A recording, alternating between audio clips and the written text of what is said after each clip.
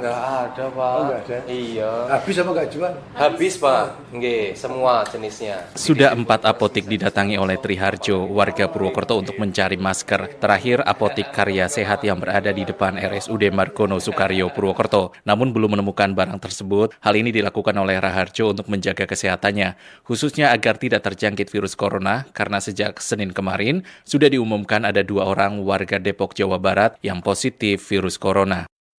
Saya cari masker untuk kesehatan sebenarnya di apotek. Tapi stoknya habis, katanya habis. Tidak tahu nih habis di Jakarta. Ya untuk jaga-jaga kesehatan kalau kebetulan kita ke daerah-daerah publik. Ketua Ikatan Apoteker Indonesia IAI Cabang Banyumas Hafid Nasruddin kepada RRI hari ini mengatakan stok masker di Banyumas saat ini sangat sedikit. Hal ini terjadi seiring merebaknya virus corona awal tahun 2020.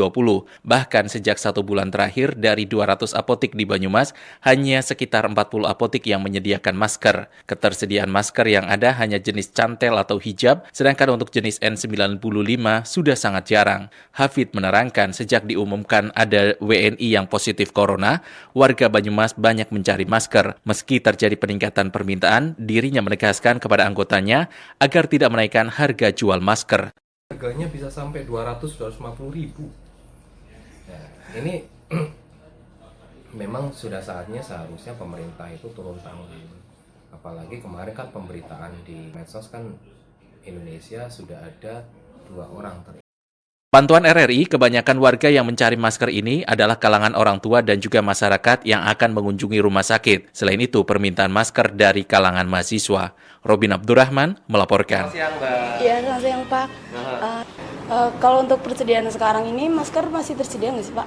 Sudah nggak ada. Kita stoknya kosong. Sudah lama atau? Sudah lama.